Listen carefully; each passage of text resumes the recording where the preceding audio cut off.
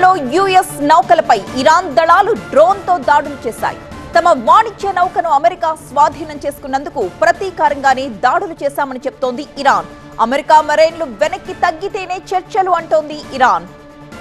శనివారం హార్ముజ్ దాటాయి 20కి పైగా నౌకలు. అయితే మార్చి 1 తరువాత ఒకే రోజులో ఇంత పెద్ద సంఖ్యలో నౌకలు ప్రయాణించడం కూడా ఇదే తొలిసారి.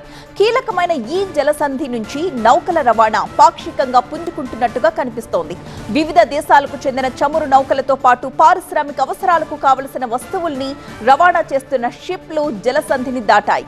చైనాతో పాటు భారత్కొచ్చే ఎల్పీజీ క్యారియర్స్ హార్మోజ్ ని దాటి ముందుకొచ్చాయి. కొన్ని నౌకలు రేపటికల్లా ముంబైకి చేరుకోవచ్చు. అలాగే మొజాంబిక్, థాయిలాండ్, దక్షిణ కొరియా, తైవాన్, శ్రీలంకకు వెళ్లే ట్యాంకర్ షిప్లతో పాటు యూరోప్ కి వెళ్లాల్సిన నాఫ్తా, ఎరువులు, పెట్రోలియం ట్రాన్స్పోర్ట్ షిప్లు కూడా త్వరలోనే గమ్యస్థానాలకు చేరుకుంటాయి.